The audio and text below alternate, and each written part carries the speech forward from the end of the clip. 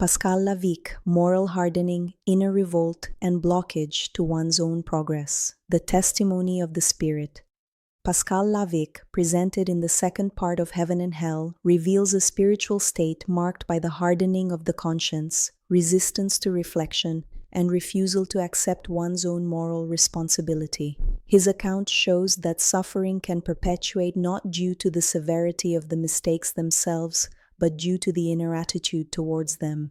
Pascal Lavique manifests with preserved intellectual lucidity and identity, yet dominated by feelings of irritation, bitterness, and opposition. He does not show sincere remorse or immediate willingness to reconsider his choices.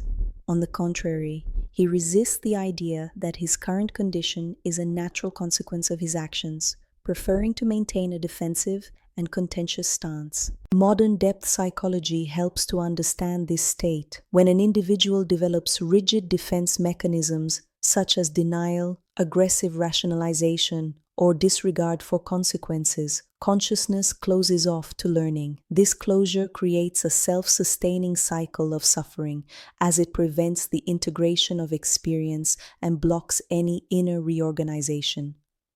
Spiritism clarifies that Pascal Lavique's suffering is not external punishment, but a direct result of resistance to one's own consciousness.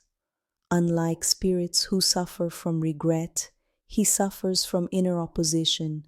As long as he does not accept reflecting, learning, and recognizing his responsibilities, he remains trapped in the same mental state. Modern science reinforces this reading by showing that processes of change require psychological openness. Closed systems tend to stagnate. In psychology, cognitive rigidity is one of the greatest obstacles to maturation. On a spiritual level, this rigidity translates into delays in progress and prolongation of suffering. Another striking point in Pascal Lavique's testimony is the absence of expanded empathy. He still cannot perceive the real impact of his actions on others. Awareness remains centered on his own discomfort and the feeling of personal injustice. This narrow view hinders the development of a broader moral sentiment, essential for inner liberation. Spiritism teaches that no spirit is condemned to this state, but it also clarifies that no one evolves against their own will.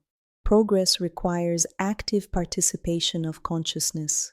As long as there is a refusal to accept the law of cause and effect as an educational instrument, suffering remains without producing effective learning. The testimony of Pascal Lavique clearly shows that hell is not just emotional suffering, but inner stagnation. Suffering without learning is staying in the same place. Pain only transforms into a path when consciousness decides to change its stance. This account invites us to a direct and practical reflection. How many times do we resist acknowledging our mistakes, preferring to justify, blame, or harden? This resistance, although it seems to protect the ego in the short term, comes at a high price in the long term, both in the present life and in the future.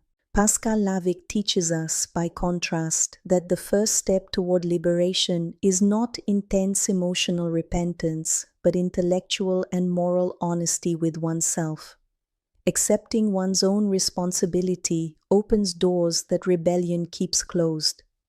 Reflecting on this testimony is an invitation to inner flexibility, developing humility, a willingness to learn, and the courage to reassess oneself now prevents prolonged suffering later.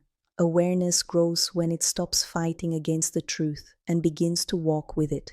If this account has helped you reflect on inner resistance, responsibility, and spiritual progress, like, share, and leave your comment. Your participation helps this message reach more people.